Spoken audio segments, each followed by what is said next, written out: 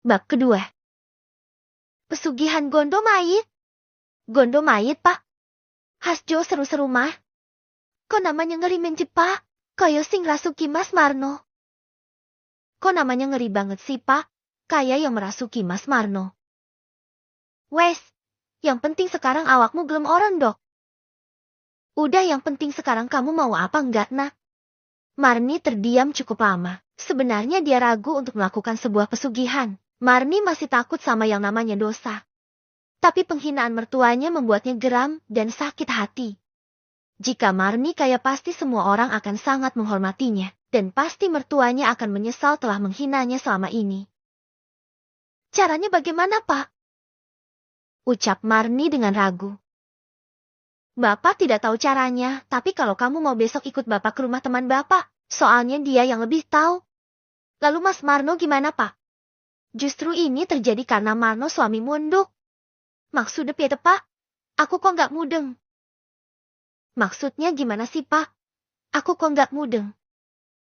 Ngene loh, Mah. Terakhir kali Marno kemasukan Gondo Mayit pas tanggapan desa Karanganyar, ingat? Iya, Pak. Aku ingat. Terus gimana, Pak? Nah, bapakmu ini tanya sama teman bapak yang lebih pintar masalah ngene iki. Terus, Pak? Nah, kata teman bapak, Gondo Mayit cocok sama badannya Bojo Munduh. Aslinya sudah nggak mau keluar dari badan bojomu. Waduh, kok ngeri, Pak? Aku nggak mau nenek Mas Marno dijadikan wadah, Pak. Sebentar, Ti Enduk. Makanya kamu itu dengerin dulu. Jangan motong-motong omongan Bapak. Yo, Pak. Terus piye, Pak, lanjutannya? Nah, kata temen Bapak, kita bisa pakai Gondo Mayit itu buat pesugihan Enduk. Kalau kamu mau, besok Bapak anterin ke rumah teman Bapak. Aku pikir-pikir sakio, Pak. Iya, Enduk, kamu pikir-pikir dulu. Tapi kamu ojo sampai ngomong bojomu sama makmu, yo. Lapo mak nggak boleh tahu, Pak? Kenapa mak nggak boleh tahu, Pak? Kalau mamu ngerti bisa berabe Enduk, bakal lama malahan. Nanti Bapak yang diomelin makmu dikira ngajarin kamu nggak benar. Tapi kan memang nyatanya nggak bener, Pak. Ya memang nggak bener, Enduk. Tapi apa kamu mau dihina terus sama mertuamu? Enggak toh? Marni membenarkan ucapan bapaknya. Pikiran Marni mulai goyah. Keinginannya buat kaya semakin membuncah. Ya enggak mau sih, Pak. Ya makanya itu, Enduk. Kamu pikirkan baik-baik omongan Bapak. Iya, Pak. Nanti Marni pikirkan. Terus ini Mas Marno bagaimana? Kalau nggak sadar juga, Bapak dengar sendiri kan ancaman busur. Bapak coba keluarkan lagi Gondo Mayit, Enduk. Kamu bikinkan kopi pahit sama manis, Enduk, terus bawa ke sini. Iya, Pak. Pak Yatno berusaha mengeluarkan indang yang merasuk ke dalam tubuh Marno. Hingga malam hari, Marno belum juga siuman. Namun Gondo Mayitnya sudah mau keluar dari tubuh Marno. Wesno, Bapak mau pulang dulu, yo. Kamu pikirkan baik-baik apa yang tadi Bapak katakan. Besok kamu ke rumah Bapak.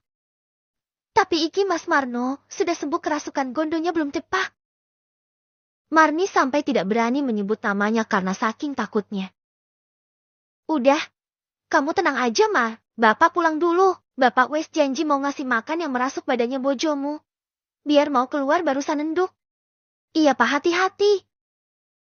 Marni tersenyum lega karena suaminya Marno sudah bebas dari pengaruh Gondo Mayit. Malam ini Marni tidak bisa tidur. Dia sudah berusaha memejamkan matanya, namun matanya tetap saja enggan terpejam. Ucapan bapaknya terngiang-ngiang di telinganya. Hatinya mulai bimbang. Antara ingin kaya, tapi Marni masih ragu dan juga takut akan yang namanya dosa. Aduh, badanku kok sakit semua. Suara Marno membuyarkan lamunannya. Mas, kamu sudah sadar? Marni langsung duduk mendekat ke arah suaminya. Memang aku kenapa, Timah? Seperti biasa, Mas. Kalau sampean lihat kuda lumping mesti kerasukan Gondo Mayit. Sampean apa nggak kapok, Mas?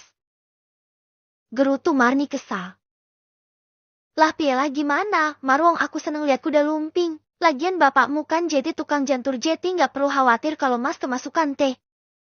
Tetap saja aku takut, Mas. Lagian Mas apa nggak malu jadi tontonan orang-orang? Marni sangat kesal melihat suaminya yang kerjaannya setiap hari hanya nontonin bapaknya pentas. Dia hanya kerja serabutan, kadang jeti kuli bangunan, kadang pergi ke sawah, itu pun kalau ada yang butuh tenaga buruh macul.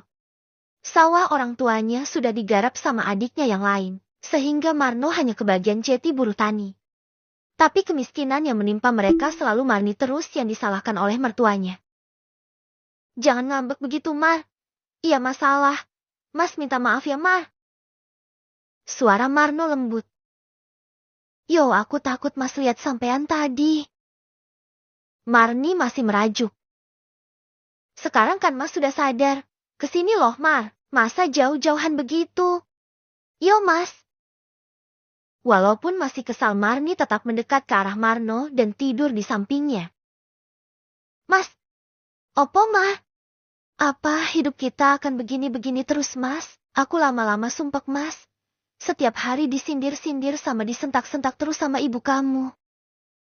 Bapakmu juga sama saja. Bukannya bilangin istrinya, malah ikut tertawa kalau ibu lagi marah-marah. Udah, Mar. Enggak perlu didengerin. Kamu tahu sendiri ibu sama bapakku gimana kan? Tapi hatiku lama-lama pegel, Mas. Marni mulai menitikan air matanya. Rasa kesel dan sedih keluar begitu saja. Yang penting aku itu cinta sama kamu. Westi cukup. Ucap Marno sambil mengelus rambut Marni lembut. Mas memang gak ngerti. Marni makin kesal dengan suaminya. Iya, Mar, maaf. Maafin Mas ya, Mar. Kalau orang tua Mas sering nyakitin kamu, udah ya jangan ngambek lagi. Besok Mas bilang sama ibu sama bapak agar tidak nyakitin kamu lagi. Apa ada perubahan setiap Mas bilangin orang tua Mas? Nggak ada, Mas. Mereka hanya diam saat Mas ada. Tapi kalau Mas nggak ada ya sama saja. Terus Mas harus bagaimana, Mar? Aku pengen hidup berkecukupan, Mas. Aku bosen dari wong kere terus, Mas. Ucap Marni dengan suara tegas. Kamu ngomong opo ti, Mar? Wes ti rejeki itu, wes ono sing ngatur, Mar. Tapi kalau Mas nggak berusaha, ya kita nggak akan kaya-kaya, Mas. Marni kembali dibuat jengkel dengan sikap suaminya yang terlalu cuek dan santai. Kok kamu jadi tambah ngambek, temah? Mas Marno tidak pernah merasakan rasanya dihina di depan tetangga. Rasanya dibanding-bandingkan dengan ipar-ipar. Rasanya dituduh pencuri setiap kali barang ibu atau bapak ada yang hilang. Jadi Mas nggak tahu perasaan Marni, Mas. Suara Marni meninggi sambil terisak. Dia sengaja mengeluarkan segala unek-unek di hatinya. Marni sudah tidak kuat lagi menahan gejolak hatinya yang selama ini selalu dia tahan. Dia terus terisak. Air matanya jatuh tanpa bisa dibendung lagi. Marno yang melihat Marni menangis langsung memeluk Marni. Maafin Mas, Mar. Marni hanya diam. Marni nggak habis pikir padahal orang tua Marni selama ini selalu bersikap baik kepada Marno dan orang tuanya. Walaupun Marno sendiri hanya bekerja serabutan. Keluarga Marno juga bukan orang kaya, hanya bapaknya saja yang bekerja di kantor desa. Jadi banyak orang yang menghormati bapaknya. Marni melepaskan pelukan Marno dan memilih tidur membelakangi suaminya. Perasaan sedih marah bercampur jadi satu di benaknya. Maafkan Mas ya, Mar. Sekarang katakan, Mar. Mas harus apa agar kamu seneng, Mar? Seperti mendapat angin segar, Marni segera mengeluarkan apa yang menjadi keinginannya. Aku pengen jadi orang kaya, Mas. Kalau Mas nggak bisa kasih aku kekayaan, setidaknya Mas cukup dukung aku tanpa banyak protes. Mas bisa lakukan itu? Marni membalik tubuhnya dan menatap mata suaminya dengan tatapan serius. Memangnya kamu mau ngapain, Mar? Marno sedikit kaget dan bingung dengan yang baru saja Marni ucapkan. Intinya aku ingin kaya, Mas. Mas cukup dukung tanpa banyak protes, bisa kan, Mas? Mas harus janji sama Marni, Mas. Iya, Mas janji akan selalu mendukungmu, Mar. Dan Mas juga janji tidak akan pernah protes. Tapi Mas juga harus tahu kamu mau ngapain. Katanya Mas nggak mau protes. Marni sengaja memanyunkan bibirnya. Iya, Mas akan nanya-nanya lagi. Yang penting kamu melakukan tindakan yang benar dan tidak membahayakan kamu, Mar. Ya tentu tidaklah, Mas. Makasih ya, Mas, kamu memang suami terbaik. Marni memeluk suaminya erat. Jadi sekarang sudah nggak ngambek? Hehe, udah nggak kok, Mas.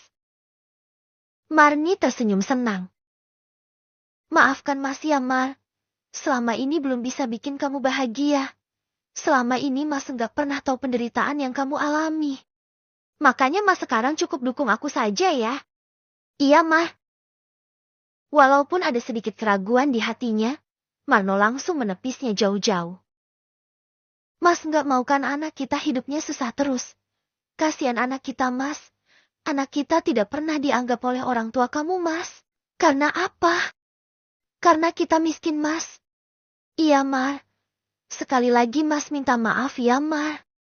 Iya, Mas nggak apa-apa. Yang penting adalah sekarang, Mas. Bukan hari kemarin. Iya, Mar. Asal kamu dan anak-anak bahagia, Mas pasti dukung. Senyum mereka langsung tergambar jelas di wajah Marni. Mas, besok aku mau menemui Bapak ya. Aku ada perlu sama Bapak. Mungkin pulangnya agak sore, boleh kan, Mas? Iya, Mar. Mas izinkan. Lakukan apapun yang membuat kamu senang, Mar. Makasih ya, Mas. Marni kembali memeluk suaminya makin erat. Dia mencium bibir suaminya. Kamu pengin, Mar? Iya, Mas, ayo. Marni terlihat malu. Kenapa harus malu sama suami sendiri?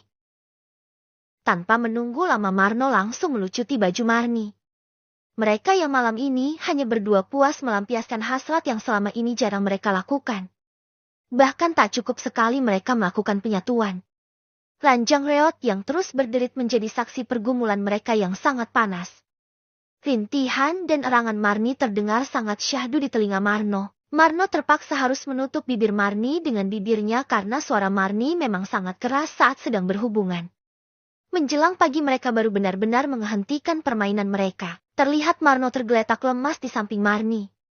Wajahnya yang penuh dengan peluh menggambarkan kepuasan yang mendalam. Marni menatap suaminya, dalam hati Marni sudah memutuskan untuk menemui bapaknya pagi ini.